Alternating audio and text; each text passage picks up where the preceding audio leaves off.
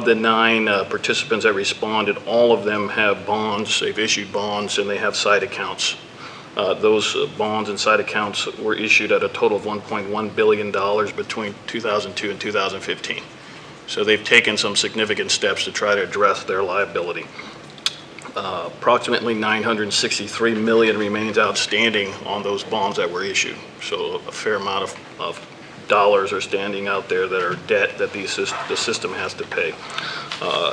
Additionally, all 9 of them reported that they have general obligation or capital construction bonds outstanding, issued at a total amount of $3.1 billion from 2002 through 2017, and approximately $2.5 billion remains outstanding on those bonds. So once again, consideration of reducing any school or district's balance sheet, i.e. their reserve position, would relate directly to their debt, their ability to issue debt, their ability to pay debt. So I wanted to get some sense regarding what capacity might exist in that regard.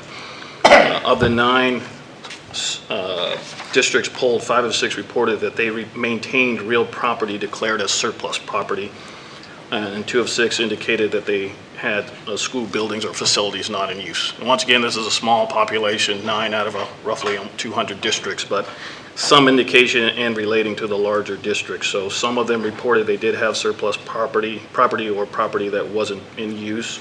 Of the 9 polled, 6 of 7 indicated they had plans to sell or lease property. So they're taking steps and indicating they're taking steps to convert that property to cash. 1 of 7 responded they had no plans to sell or lease property. Now the punchline is the dollar amounts that they reported they might realize from the sale of property range from $300,000 to $1.5 million. And those leasing properties said the lease revenue they're realizing annually range from $4,000 to $36,000. And once again, small sample size, but a sample size relating to the larger school districts in the system.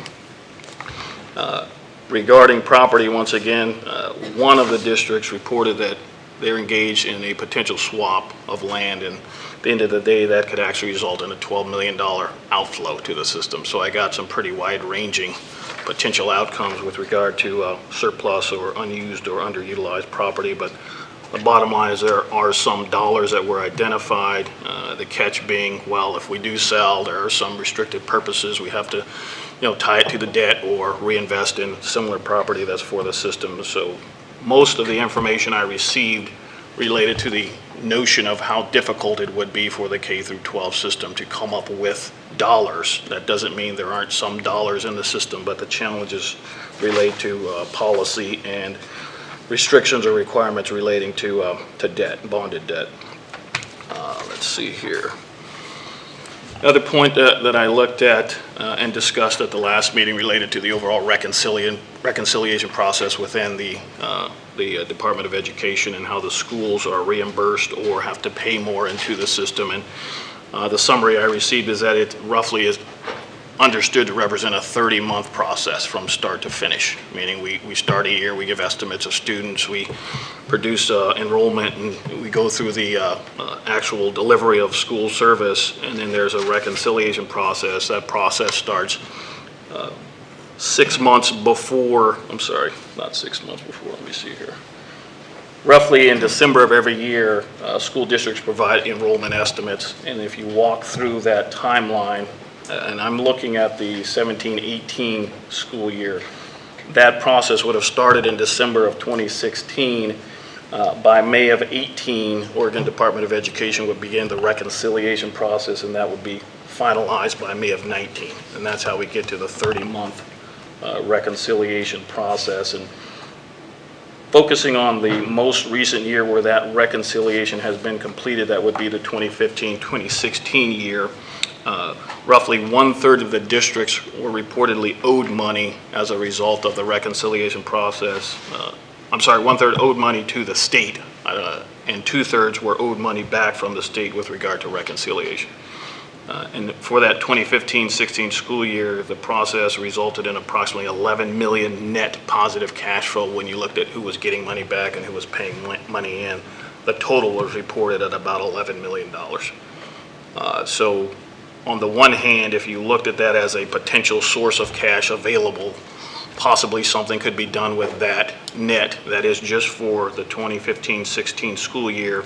I think you would have to look back multiple years over multiple biennia to see if you could come up with any reasonable average of net positive to see if there's anything that could be directed towards the PERS UAL situation. But that's the dollar amount that related to 2015, and that's the only definite dollar amount that came out of my analysis with regard to all of these component parts, other than the potential dollars that could be realized from the sale of assets that are identified as surplus assets, with the understanding there's some restriction on use of those proceeds.